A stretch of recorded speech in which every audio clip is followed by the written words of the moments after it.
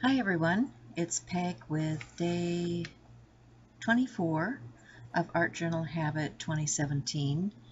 And if you haven't been following along, these are prompts.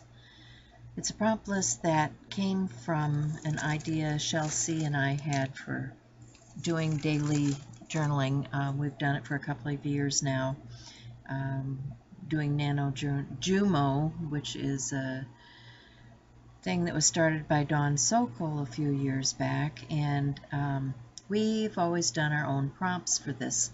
And so our prompt list hashtag is Art Journal Habit 2017.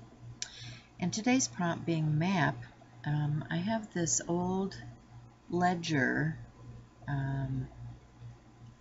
and map that comes from Jerry Bellini. She is store on Etsy, and it is recycled parts for art, and she has lots of cool stuff, so you might want to check out Jerry and her store and see what she has, because she has a lot of these cool things.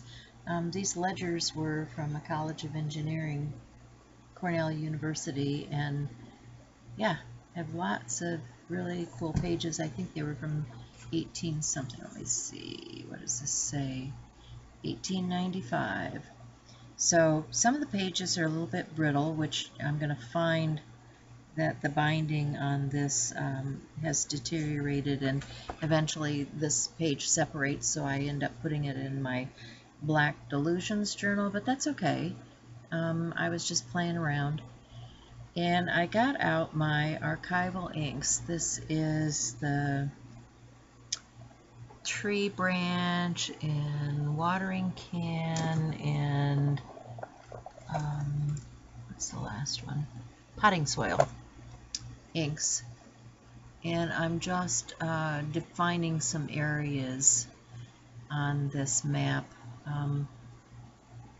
Using some different pens. I have an Identa pen and a, let's see, this one is a Prismacolor and a brown fine liner marker, and I like pens. I have a lot of different ones, and so I pull a number of them out for this. Another one that I pulled out for this is a Pigma FB. It's from Sakura, and it has a brush tip to it, which I really like.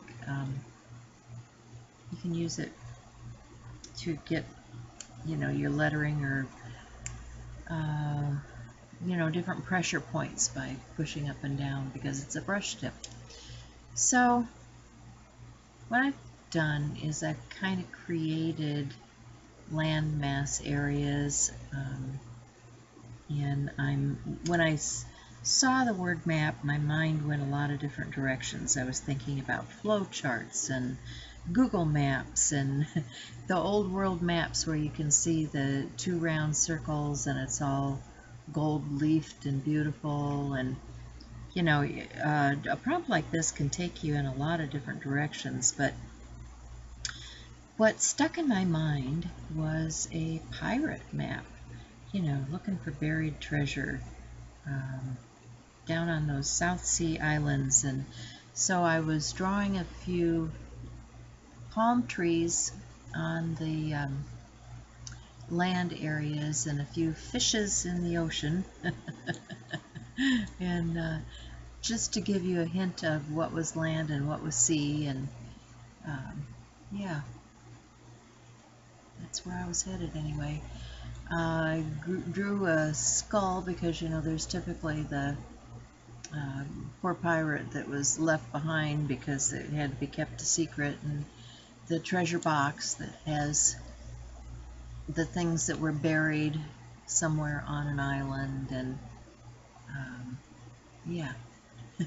I think you get the drift. You know where I'm headed with this. I'm going to use the red.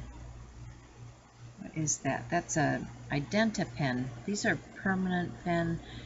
What they used them for originally, I think, was they were writing on golf balls, so that when they got lost out in the greens, they could find their golf balls and know whose ball was whose.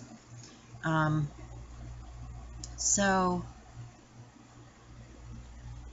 I'm going to use that to create my walkabout line, you know, where they're follow the trail to find the treasure kind of thing. And what I end up doing is adding the X marks the spot with the red and writing my quote, which says, "Seek and you shall find." I thought that was appropriate for mapping things out. We're all looking for things at the end of the rainbow, or different things in our lives, and so this has kind of a multi-purpose meaning here, and you can take it any way you like.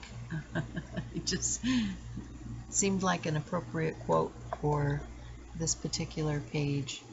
So I'm going to use a artist pit pen to add a little green to my land mass. It's not moving real well because I did not gesso underneath, and that's okay. I wanted a hint of green, and that's what's coming out by doing this.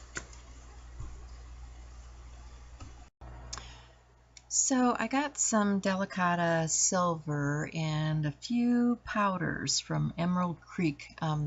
These are lovely embossing powders. If you're not aware of Emerald Creek, I'll put a link down below for you, or you can check it out on my blog. And just using a few stamps after I glued this page in, talking about the voyage, and one is a stamp, looks like a stamp of the Pellicos, and I thought, well, okay, that might be appropriate too. But you'll see the silvery shimmer and textural dimension with this embossing.